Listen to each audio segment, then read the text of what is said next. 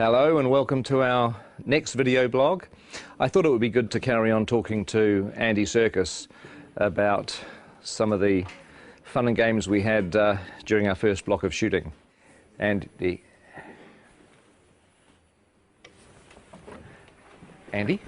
where is he?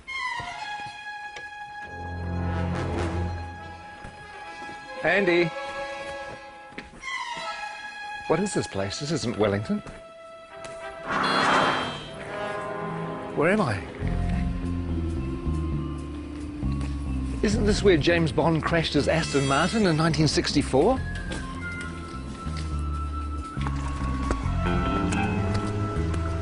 And isn't this where Red Grant trained to be an assassin at the beginning of From Russia with Love?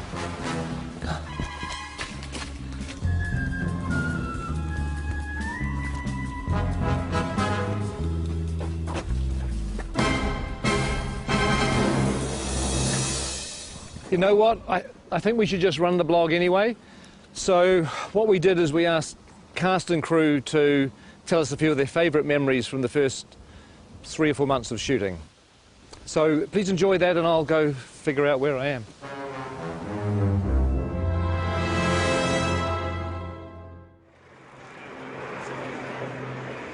What are the things that stand out for you the most from the first block?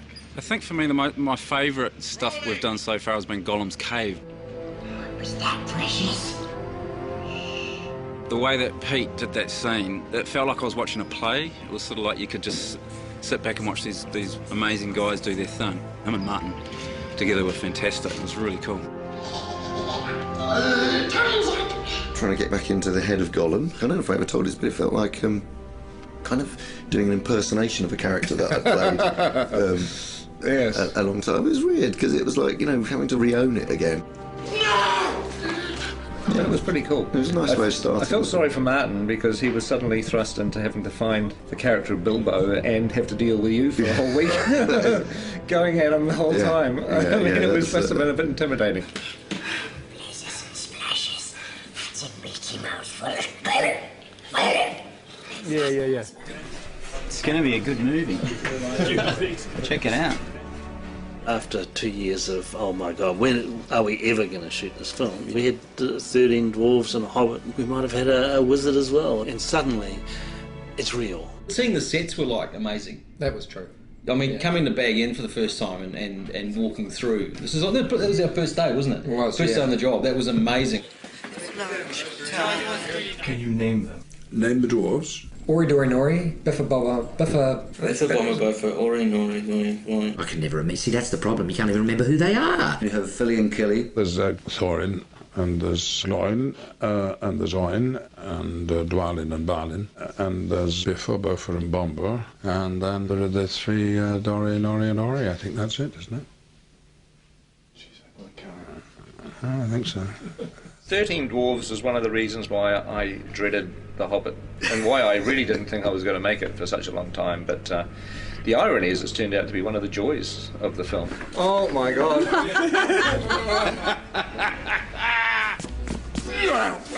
What a challenge. I mean, 13 heroes, or 14 with Bilbo.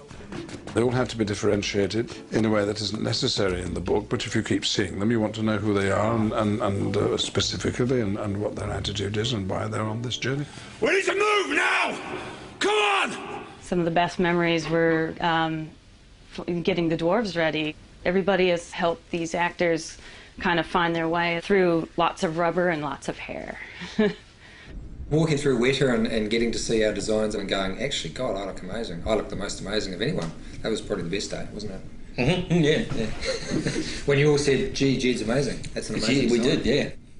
Some of them actually look pretty bad before they get into the prosthetic. Some of them, in fact, for some of them, a prosthetic is making them look better, to tell you the truth, which says something. Mark Hadlow, for example, springs to mind. I have this lovely bit down here, and then this moustache that comes up here. I look stunning. I should be in centrefold. One of the things that quite early on we discovered was that Mark Hadlow likes to dress up in costumes, mainly sort of military type things. And the really weird thing about his sailor outfits is that below the waist, nothing. But again, you know, he's a nice bloke though. A little bit to cut. A little bit to cut. One of them doesn't have to wear a beard. Yeah, well, we're all very, very jealous of that. Actually, he is the Aidan Turner. He's the sexy dwarf. I don't even think he's got a beard, actually. Mainly because he's not old enough to grow one. He's the hot one, I suppose, if you like that kind of thing. But if you like knitted cardigans and knitted mittens, then I'm your fella. If there was a boy band in Middle Earth, he would be the leader Williams. of the Robbie Williams of the dwarf world. Whereas you'd be roadie, I think. Yeah, the roadie. Bond would be a roadie.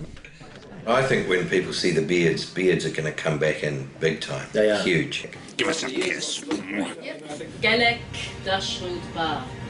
Gelek Dashruba. We've all learnt a bit of the dwarf language, Kosdol, so we all have a kind of selection of words to fall back on, curses and battle cries. I mean, we speak Dwarvish to each other most of the time when we're all set. Okay, here goes. And Peter can guess what it is, and then I'll tell people. Caused Belcour. Caused Belcour. Caused Belcour. Peter? It means mighty dwarf.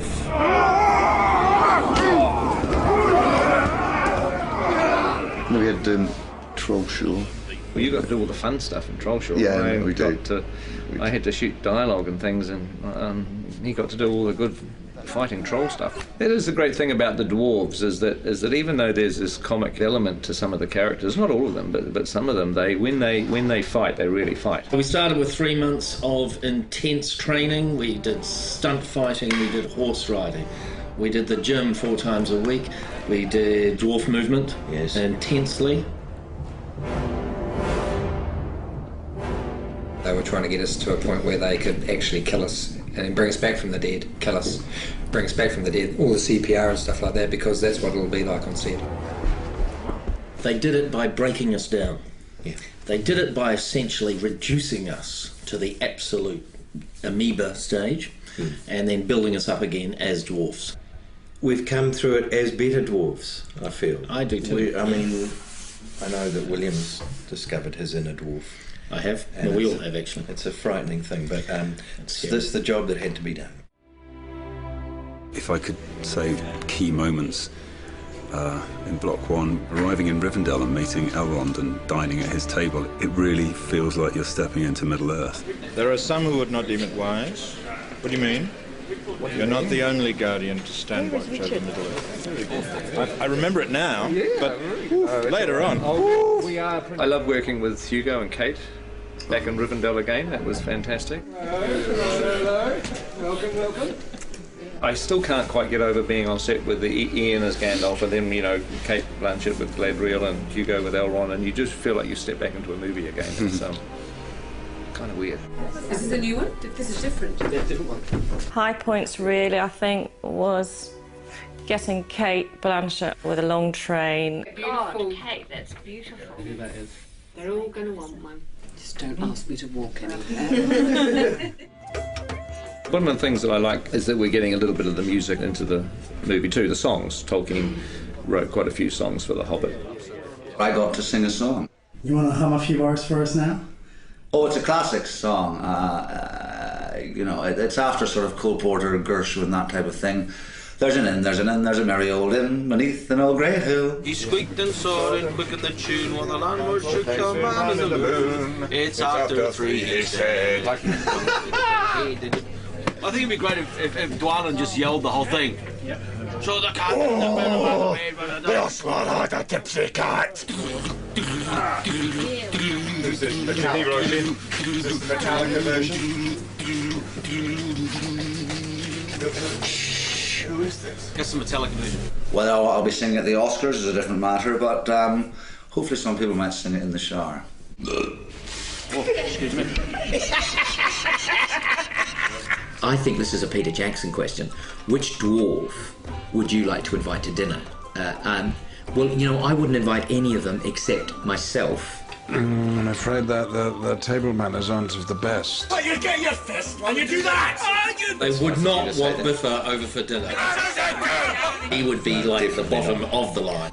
Ori, because he'd be very polite. Excuse me. Well, it'd be me, obviously, because I'd cook. Stephen Hunter does pretty well with a bad table manners. He just eats so much. Have you seen the size of him? I mean, oh good lord. He's enormous. I tried to talk to him about cutting down his cholesterol and his butter intake. I don't think you'd invite Norrie because he'd steal all the silverware. You'd never invite Graham McTavish because he would sit there and glare at you and show his forearms all night. Dwallin's a real warrior. When he parties, he goes completely mad, like so many Scottish people. Here you go. Well, the words kettle black calling pot come to mind. I don't think you'd invite any dwarf to dinner, actually. I wouldn't have them all together, though. Not 13, maybe a couple at a time. Special person to meet here, John Rhys Davies. It was fun on one of the days that we were in Bag End with the dwarves that John Rhys Davies came to visit. Oh, yeah? And it was great to introduce him not only to Gloin, who's his father in the story, but also to all the other dwarves. Hello, my boy. It's just like coming home to family. I predicted what John would say, and he pretty much said it word for word. I could just imagine, him saying, "Oh, you poor bastards." that's pretty much what he went on to say. You poor buggers. When he gets you running up the hill in full armour, you'll enjoy that. But you are going to be spectacular. And you'll be chased by women all around the world. but only if you're in costume and makeup. Okay. All right. We've been here since January the 13th. So what is that, 5 months? And we haven't even scratched the surface. Who are you doubling, Pete? I'm doubling Stanley Kubrick. One of the biggest moments was when we all put our gear on and we all stood together, sort of looking around at each other into the characters' faces. To stand in a circle and look at the guys that were going on the quest, I got a real tingle up my spine. Lovely, thank you, that's terrific. I think we can check the gate on that.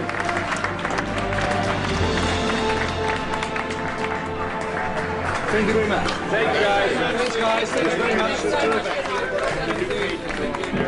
Thank you. Bittersweet moment, but it's time to leave. Hasta la vista. Then driving off. I'm waiting for somebody, sorry. It could have been you. I know. Just go. Oh, really? Yeah, just go. We've had enough.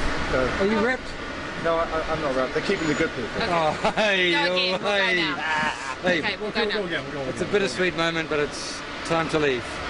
Hasta la vista.